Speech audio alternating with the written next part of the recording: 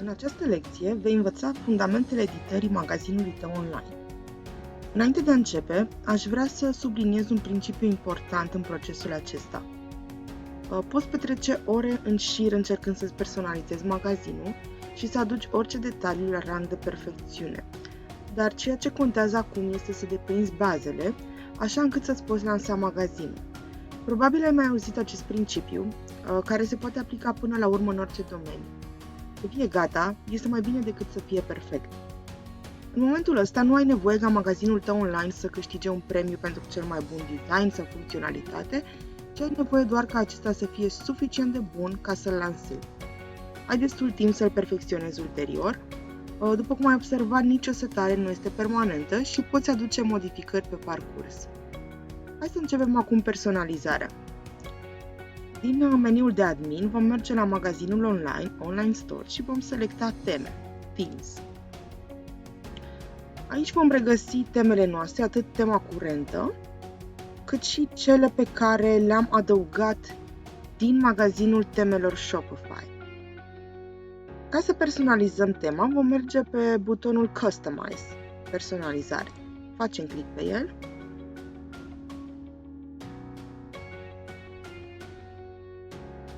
Și ni s-a încărcat interfața temei alese de noi.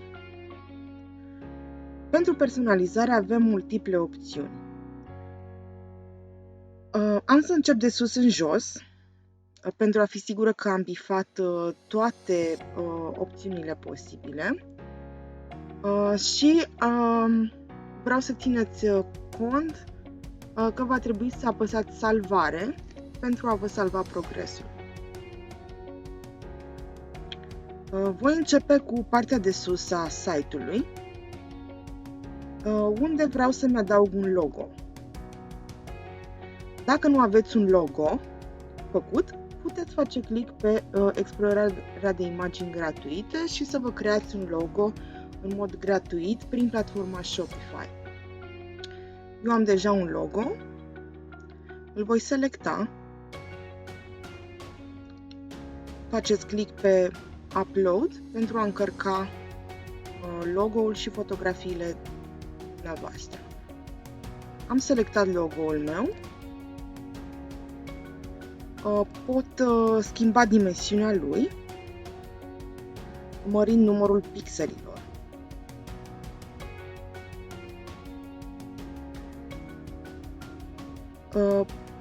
Pot schimba aliniamentul, eu am să-l pun în stânga și aș prefera ca meniul să fie aliniat cu logo-ul. Bara de anunțuri am să o folosesc. Vreau să promovez faptul că am livrarea gratuită peste o anumită sumă. Evident, puteți pune orice anunț aici. Puteți inclusiv să vă adăugați un link către el. Poate vreți să trimiteți vizitatorul vostru către o colecție cu reduceri sau către o altă pagină din website.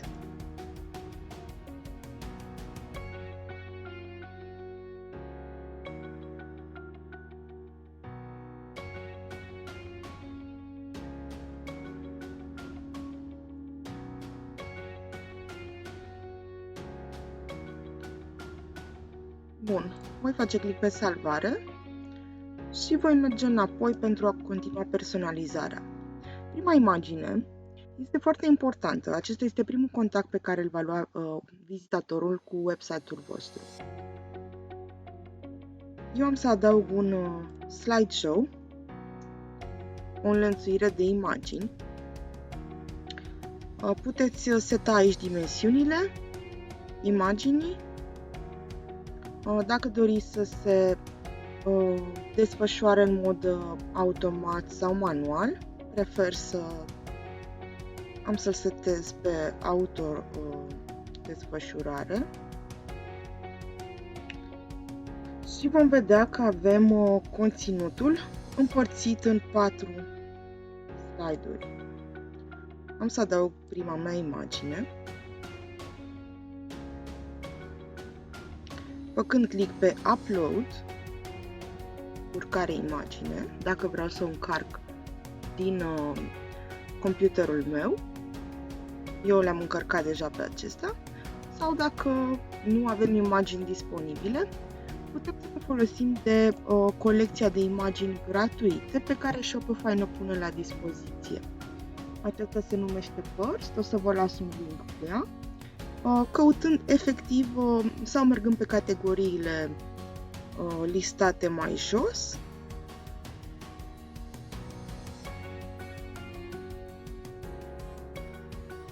sau căutând pur și simplu o anumită imagine după cuvinte cheie. Va trebui să căutați în engleză pentru că ele sunt denumite în engleză. După cum vă spuneam, eu am selectat deja niște imagini, am să o aleg pe prima și voi face click pe selectare și o voi personaliza cu textul meu preferat. Am ales o imagine reprezentativă pentru colecția pe care vreau să o promovez. În secțiunea Heading, titlu, voi adăuga textul, care este acesta.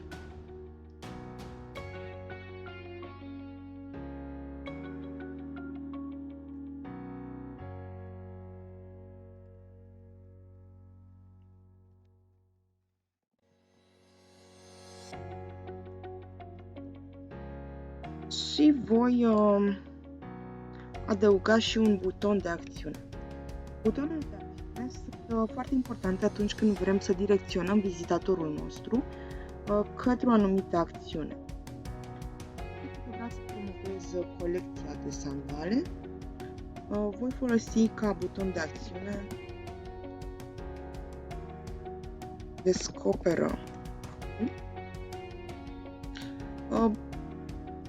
Texte comune pentru butonul de acțiune descoperă acum, cumpără acum, vezi promoția, mergi la reduceri, știu eu, orice v-ar avantaja pe voi. Eu am să pun un link pe acest buton care va duce către colecția mea de sandale.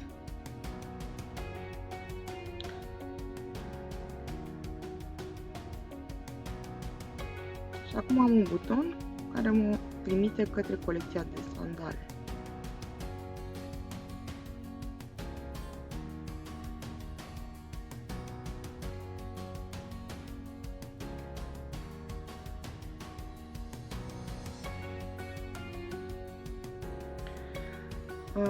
Mai departe o să mai adaug încă un slide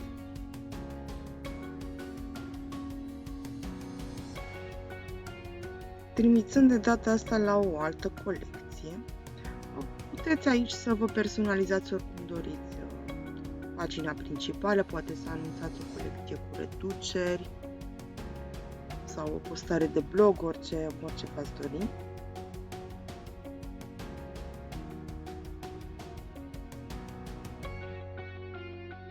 Am selectat imaginea, îmi aleg textul,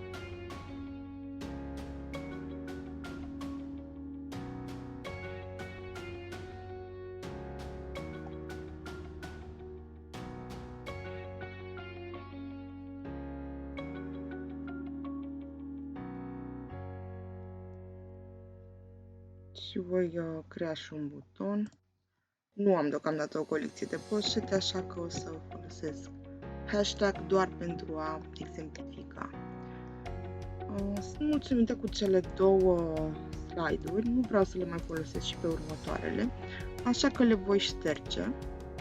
Fac click pe slide și apoi pe șterge conținut, remove content. Procedez la fel și cu următorul slide pe care nu îl voi folosi. Și acum am cele două slide-uri. Salvez. Merg pe săgeata ce mă duce înapoi, în interfața principală, și continui să-mi personalizez site-ul. Mai departe am opțiunea de a introduce colecțiile. am să introduc câteva colecții.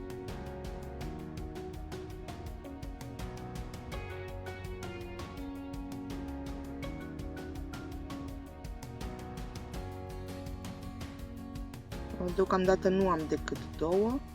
Pe măsură ce creăm mai multe colecții, le putem lista în pagina principală.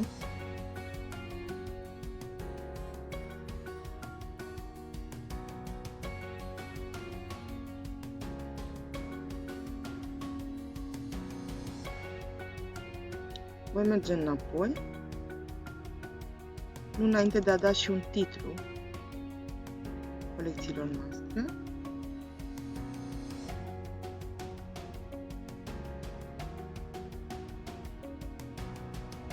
Voi salva și voi merge înapoi.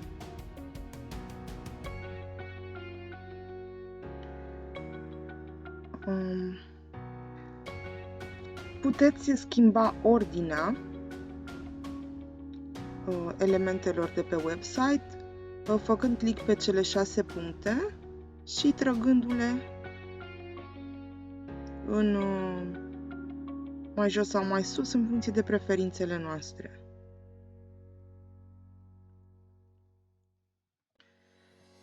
Dacă nu vrem să folosim toate elementele, le putem șterge.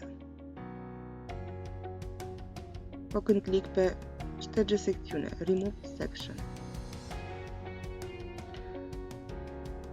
Newsletterul, voi edita textul pentru că website-ul meu se va adresa doar României.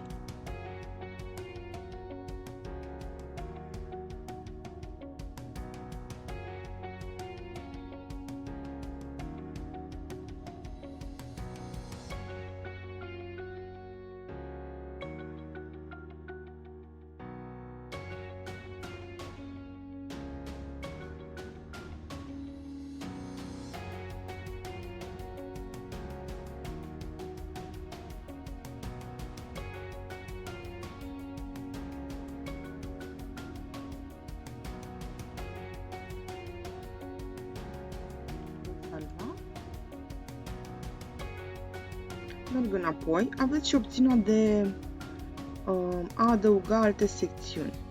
Faceți click pe adaugă secțiune, add section, și alegeți secțiunea pe care preferați să o adăugați. Aveți liste de colecții, o colecție selecționată, imagini, imagini cu text, un alt slideshow, produs selecționat, hartă, text, video. Eu vreau să evidențiez un produs care s-a vândut foarte bine în ultima perioadă și vreau să-l promovez pe pagina principală. Am să fac click pe produs preferat, featured product, fac click pe adaugă, add, și personalizez această secțiune. Voi selecta produsul,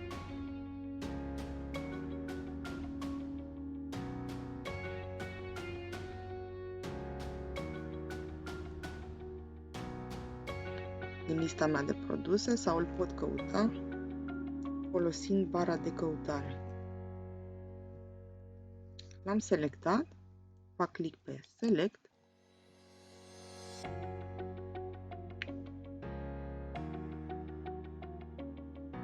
salvez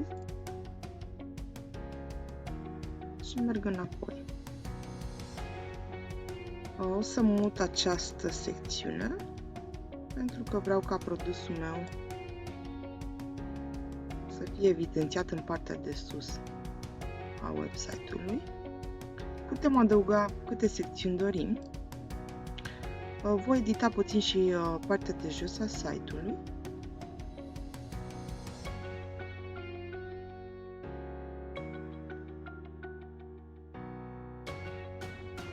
Putem adăuga aici butoane pentru social media. Să punem adresa noastră de Facebook, de Instagram sau mai prezent. De asemenea, Putem schimba mai multe elemente, personalizând în detaliu magazinul nostru, mergând pe setările temei, Theme Settings. Facem click și vedem aici că putem personaliza culoarea, textul, social media și coșul de cumpărături. Despre coșul de cumpărături vă vorbi într-o altă lecție. De aici putem schimba culorile fundalului, făcând click pe culoarea preferată, culorile liniilor, culorile pării de sus,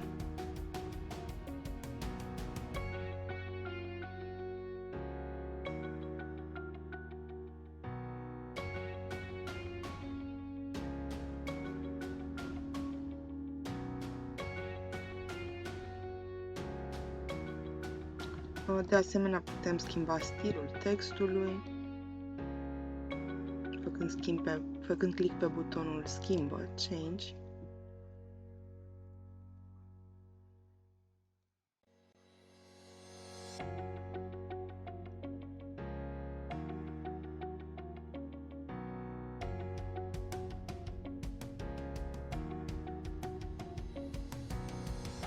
Voi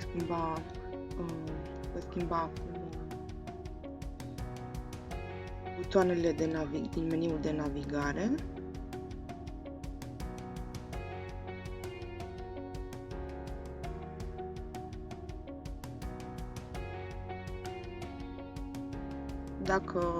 După ce am ales stilul de textului care îmi place, voi face click pe Select, voi salva. Dacă dorim numai litere mari, în fine, putem să personalizăm după bunul plac.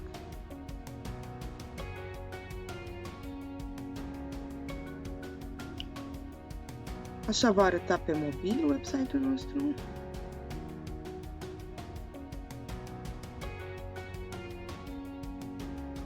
Chiar aici îl vedem în varianta de desktop.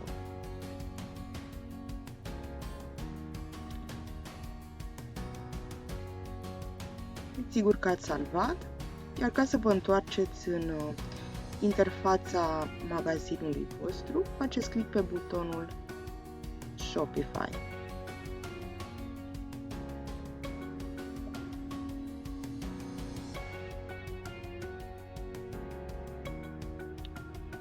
Dacă suntem mulțumiți cu personalizarea temei noastre, vom face click pe Acțiuni, putem să previzualizăm,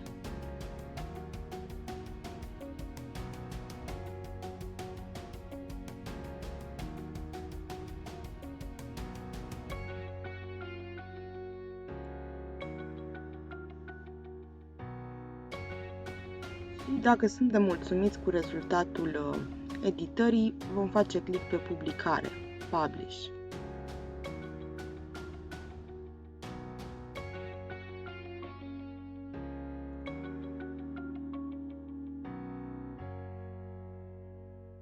Acum veți vedea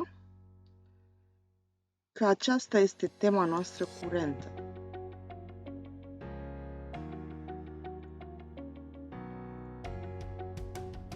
Magazinul tău va avea nevoie de personalizare constantă pe parcurs ce va crește. Dacă folosești o temă oferită gratuit de către Shopify și ai nevoie de ajutor în implementarea unor schimbări ce țin de personalizare, îi poți scrie oricând echipezi Shopify.